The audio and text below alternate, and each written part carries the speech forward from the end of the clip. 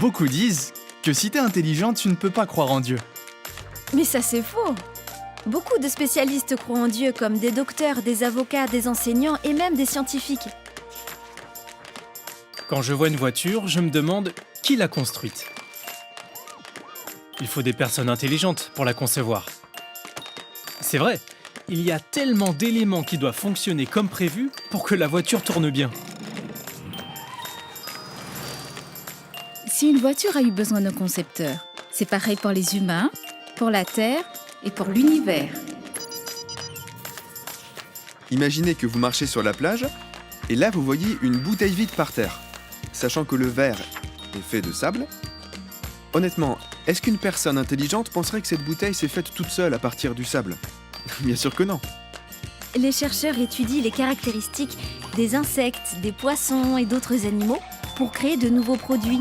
Ou améliorer ceux qui existent déjà. Prenez l'oiseau appelé Martin Pêcheur.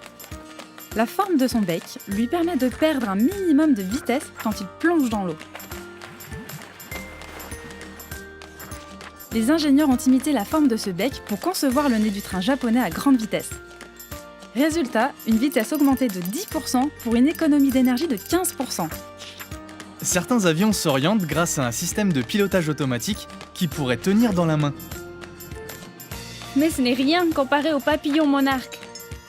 Il a un cerveau de la taille d'une tête d'épingle et pourtant il est capable de s'orienter pour aller du Canada jusqu'au Mexique.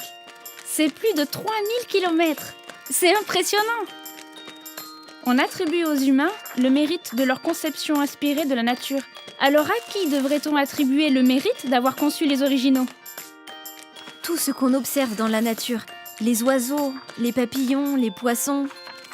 Tout prouve l'existence d'un créateur. Vous voulez en savoir plus?